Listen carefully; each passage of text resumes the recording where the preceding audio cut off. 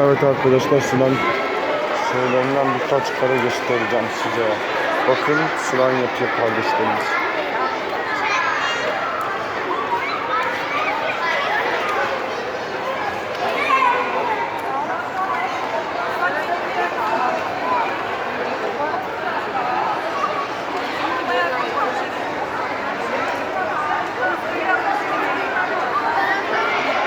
Şimdi yan taraftan göstereyim arkadaşlar.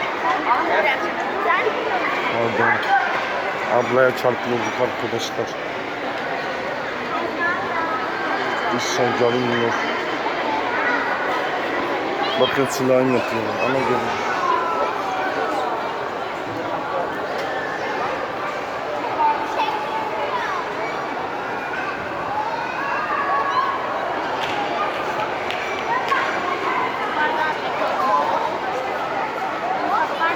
Bakalım hangisi çok güzel olacak.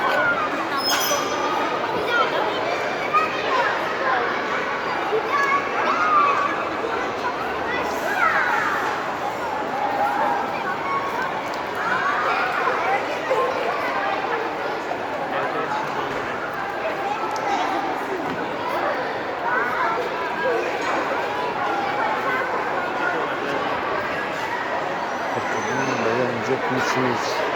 Umarım güzel yapıyorlardır.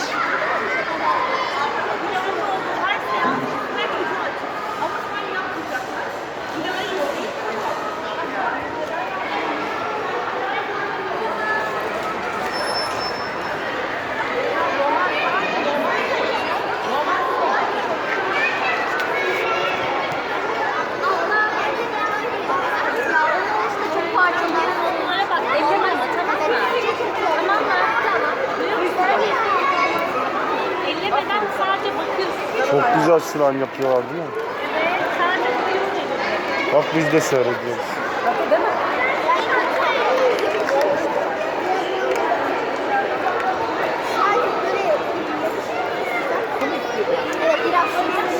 Çok teşekkür ederiz ablası. Slime hediye etti abla sana, çok şanslısın.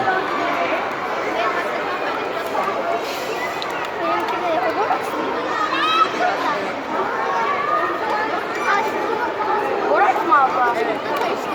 Olmaya devam edelim. Hemen ben bak abla çok güzel yapmış. Bak şu mor slime çok güzel. Karıştır, tamam mı? Karıştır bakayım. İyice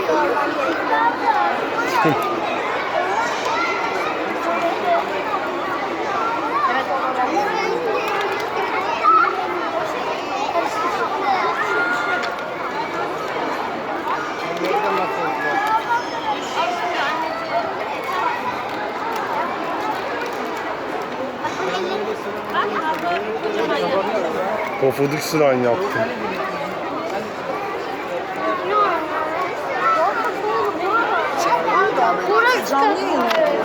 Hayır. Ben video çekiyorum da slime için. Çekiyorsunuz ama sadece kendi kardeşinizi çeker misiniz?